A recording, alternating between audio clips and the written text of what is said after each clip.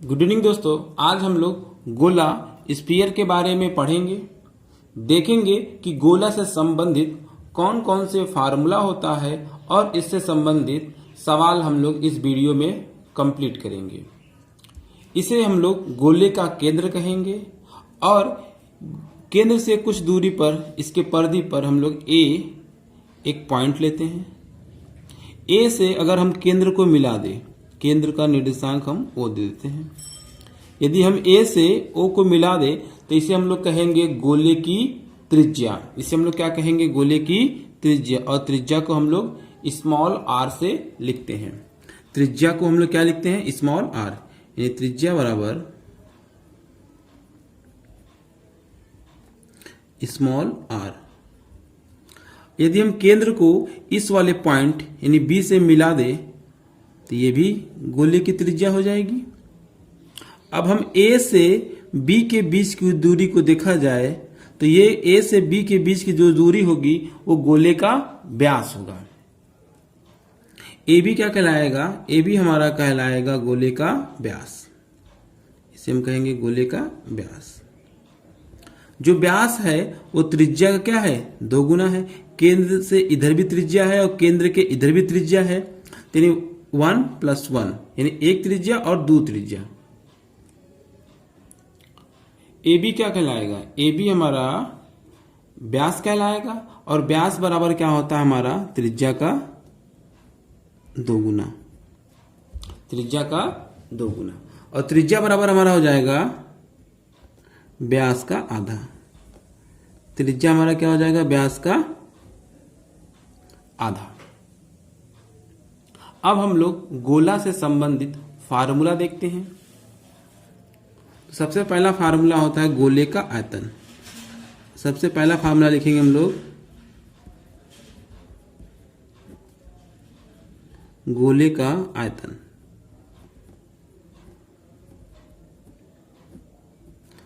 गोले का आयतन बराबर 4/3 पाई आर क्यूब।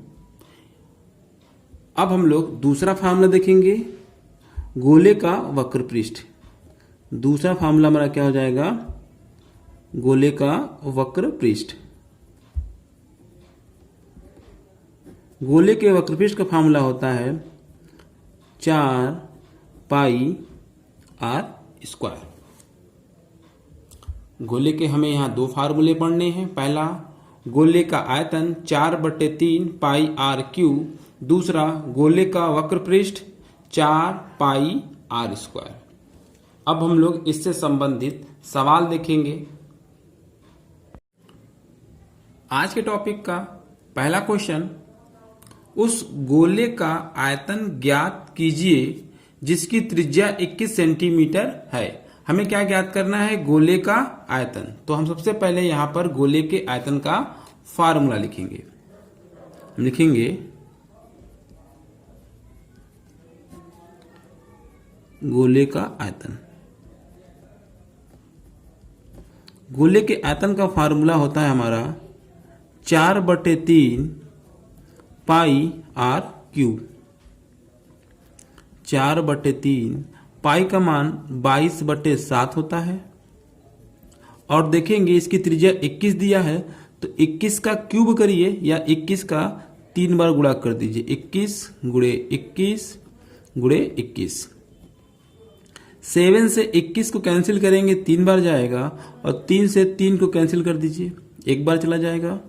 4 का गुणा जब 22 में करेंगे तो आएगा 88 और 21 गुणा जब 21 में करेंगे तो आएगा हमारा 441। अब क्या करेंगे? 88 का गुणा 441 में करेंगे तो हमारा आएगा 38,808। पूछा क्या है? आयतन। आयतन हमारा घन में होता है। अगर सेंटीमीटर दिया है तो लिखेंगे आप घन सेंटीमीटर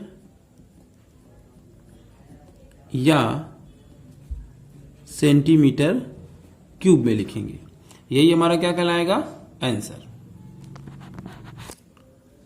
आज के टॉपिक का क्वेश्चन नंबर 2, एक गेंद का व्यास 7 सेंटीमीटर है। गेंद का वक्र पृष्ठ ज्ञात करना है। गेंद एक गोले के आकार का है जिसका व्यास 7 सेंटीमीटर दिया है, तो इसकी त्रिज्या हो जाएगी हमारी, त्रिज्या बराबर व्यास का क्या, आधा। व्यास हमारा 7 सेंटीमीटर है, इसलिए त्रिज्या हो जाएगी 7/2। अब हमें क्या निकालना है, गेंद का वक्र पृष्ठ। तो हम लिखेंगे गोले का वक्र पृष्ठ, गोले का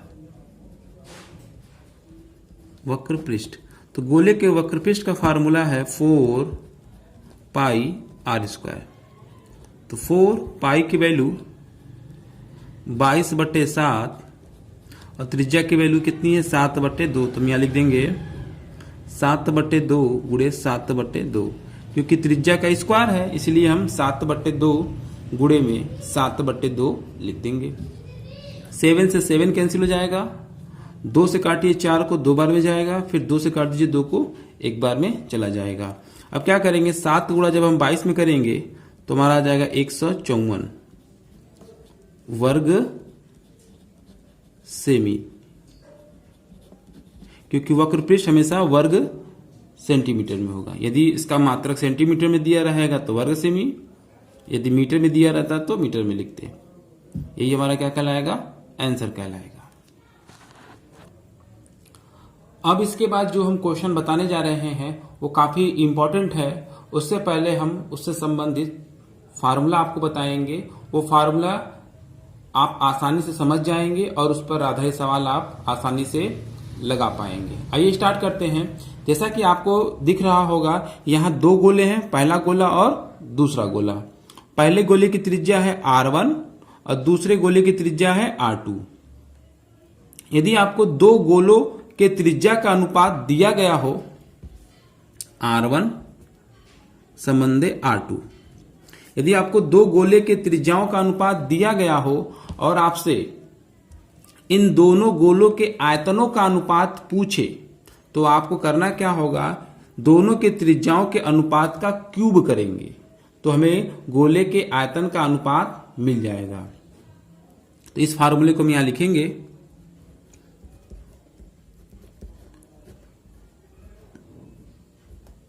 दोनों गोलों के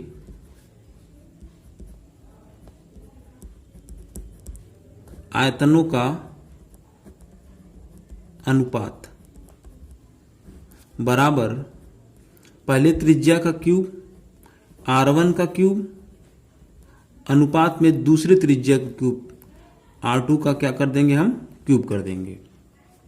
जब 2 गोले के त्रिज्याओं का अनुपात दिया गया हो r1 और r2 और आपसे दोनों गोलों के आयतनों का अनुपात पूछे तो r1 का क्यूब अनुपात में r2 का क्यूब कर देंगे तो हमें आंसर मिल जाएगा। यदि आपको 2 गोलों के त्रिज्याओं का अनुपात दिया गया हो r1 और r2 और आपसे पूछे दोनों गोलों के वक्र पृष्ठ का अनुपात, क्या पूछे, दोनों गोलों के वक्र पृष्ठों का अनुपात यदि आपसे पूछे तो अब करेंगे क्या आप, तो त्रिज्याओं के अनुपात का वर्ग कर देंगे। यदि आपसे दोनों गोलों के वक्र पृष्ठों का अनुपात पूछे तो आप क्या करेंगे, दोनों त्रिज्याओं के अनुपात का क्या कर देंगे, वर्ग कर देंगे। यानी r1 का स्क्वायर अनुपात में r2 का स्क्वायर। इससे संबंधित आपके एग्जाम में काफी क्वेश्चन बनते हैं। आइए इससे संबंधित अब हम लोग आधारित क्वेश्चन को लगाते हैं। आज के टॉपिक का क्वेश्चन नंबर ये 3 है।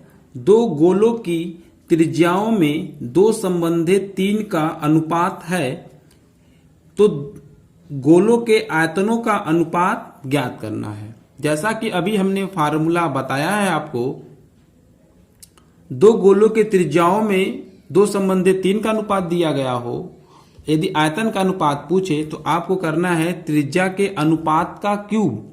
यदि आपसे आयतन पूछे, आयतन का अनुपात ज्ञात करने के लिए कहा जाए तो आपको त्रिज्याओं का क्यूब करना है, त्रिज्याओं के अनुपात का क्यूब करना है। तो अनुपात कितना है, 2 संबंधित 3, तो हमें 2 का क्यूब करेंगे, अनुपात में 3 का क्यूब कर देंगे। तो 2 का क्यूब होगा 8 और 3 का क्यूब होगा 27। यही हमारा क्या कहलाएगा, आंसर कहलाएगा। दोनों गोलों के आयतनों का अनुपात हो जाएगा 8 संबंधे 27।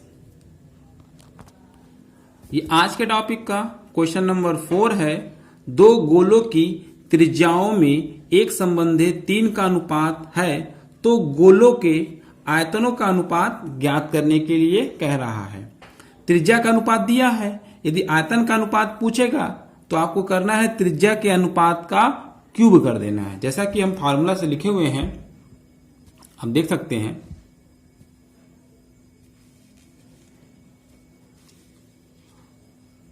दोनों गोलों के आयतनों का अनुपात बराबर R1 क्यूब अनुपात में R2 क्यूब। तो R1 है आपका 1 और R2 है आपका 3। तो अब हम क्या करेंगे, R1 और R2 की वैल्यू पुट कर देंगे। तो R1 की वैल्यू है 1 का क्यूब, अनुपात में R2 की वैल्यू है 3 का क्यूब। तो 1 का क्यूब क्या होता है हमारा, 1 का क्यूब 1 होता है और 3 का क्यूब क्या होता है 27। 1 का क्यूब 1 होगा और 3 का क्यूब 27 होगा। यही हमारा क्या कहलाएगा, आंसर कहलाएगा। जब भी आपको त्रिज्या का अनुपात दिया गया हो, आयतन का अनुपात पूछे, तो त्रिज्या के अनुपात का क्या कर देंगे, क्यूब कर देंगे। वही आपका आंसर कहलाएगा। आज के टॉपिक का क्वेश्चन नंबर ये 5 है। दो गोलों के त्रिज्याओं में 3 संबंधे 5 का अनुपात है, तो वक्र पृष्ठों का अनुपात पूछा जा रहा है। त्रिज्या का अनुपात दिया गया है और आपसे वक्र पृष्ठ का अनुपात पूछ रहा है, तो आपको सिंपल ये करना है, त्रिज्या के अनुपात का वर्ग कर देना है। आपको वक्र पृष्ठ का अनुपात मिल जाएगा। तो 3 का वर्ग हो जाएगा आपका 9 और 5 का वर्ग हो जाएगा आपका 25। यही हमारा क्या कहलाएगा, वक्र पृष्ठ का अनुपात कहलाएगा। वक्र पृष्ठ का अनुपात हो जाएगा हमारा 9 संबंधे 25। ये आज के टॉपिक का क्वेश्चन नंबर 6 है। दो गोलों के त्रिज्याओं में 2 संबंधे 3 का अनुपात है, तो वक्र पृष्ठ का अनुपात होगा। जैसा कि अभी हमने इससे संबंधित एक सवाल देखा है, जब भी आपको त्रिज्या का अनुपात दिया गया हो और आपसे वक्र पृष्ठ का अनुपात पूछे, तो आपको सिंपल ये करना है, त्रिज्या के अनुपात का वर्ग कर देना है। यानी 2 का वर्ग हो जाएगा आपका 4, अनुपात में 3 का वर्ग हो जाएगा आपका 9। यही हमारा क्या कहलाएगा, आंसर। वक्र पृष्ठों का अनुपात हो जाएगा 4 संबंधे 9। आज के टॉपिक का क्वेश्चन नंबर ये 7 है। एक गोले के आयतन तथा वक्र पृष्ठ के संख्यात्मक मान बराबर है, तो गोले की त्रिज्या हमें क्या करना है, ज्ञात करना है।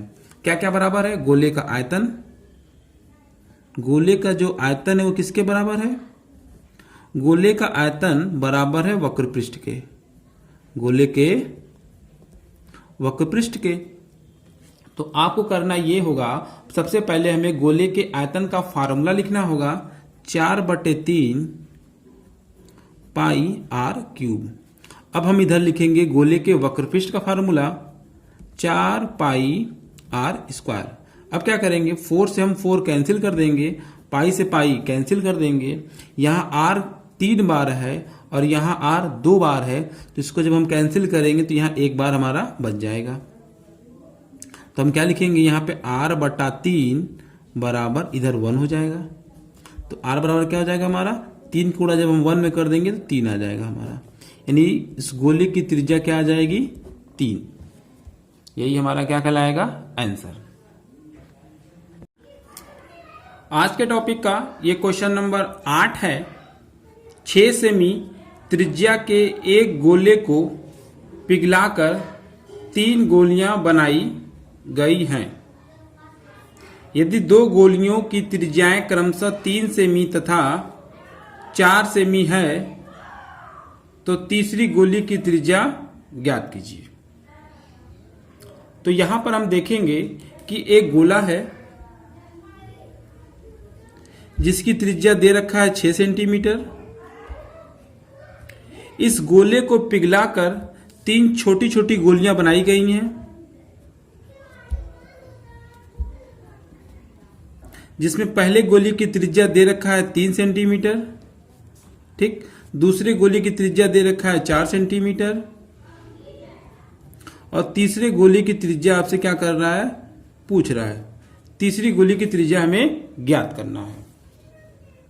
याद रखे रहिएगा, जब एक गोले को पिघलाकर 3 छोटे छोटे गोले बनाए जाते हैं तो जिस गोले को पिघलाया गया उसका आयतन 4/3 पाई आर क्यूब, जिसको पिघलाया गया है उसका आयतन बराबर जिसे पिघलाकर बनाया गया है उसका आयतन का योग क्या होगा, इसके बराबर होगा। यानी बड़े गोले का आयतन बराबर पहले गोले का आयतन प्लस दूसरे गोले का आयतन प्लस तीसरे गोले के आयतन के बराबर होगा। यानी पहले गोले का आयतन होगा 4/3 पाई R1 क्यूब प्लस दूसरे गोले का आयतन लिखेंगे 4/3 पाई R2 क्यूब प्लस तीसरे गोले का आयतन होगा हमारा 4/3 पाई R3 क्यूब। अब आप नोटिस करेंगे दोनों पक्षों में 4/3 पाई क्या है, कॉमन है। तो 4/3 पाई R की वैल्यू देखिए यहाँ 6 दिया तो हम यहाँ लिख देंगे 6 का क्यूब बराबर 4/3 पाई 4/3 पाई 4/3 पाई तीनों में है, इसलिए हम 4/3 पाई को क्या कर लेंगे, कॉमन कर लेंगे। R1 की वैल्यू देखिए दिया है 3 तो हम कर देंगे 3 का क्यूब प्लस R2 की वैल्यू दे रखा है 4 तो हम लिख देंगे 4 का क्यूब प्लस R3 की वैल्यू निकालना है 4/3 पाई 4/3 पाई कैंसिल हो जाएगा। अब हम क्या करेंगे, 6 का क्यूब कर देंगे हो जाएगा 216 बराबर 3 का क्यूब हो जाएगा हमारा 27, 4 का क्यूब हो जाएगा हमारा 64 प्लस R3 क्यूब 216 हो जाएगा। 27 में 64 को क्या कर देंगे, ऐड कर देंगे। 27 में 64 ऐड कर देंगे और उसको हम बराबर के इस साइड लाएंगे तो वो माइनस हो जाएगा। तो जोड़ देंगे तो 7 4 11 को 1 हाथ से लगा 1, 6 2 8 और 1 9 91 बराबर R3 क्यूब। 216 में से जब हम 91 माइनस करेंगे तो हमारा आएगा 125 बराबर R3 क्यूब। ये होता है 5 का क्यूब बराबर R3 क्यूब। क्यूब से क्यूब कैंसिल हो जाएगा, यानी R3 बराबर क्या आ जाएगा, 5 सेंटीमीटर। यही हमारा क्या कहलाएगा, तीसरे गोले की त्रिज्या 5 सेंटीमीटर।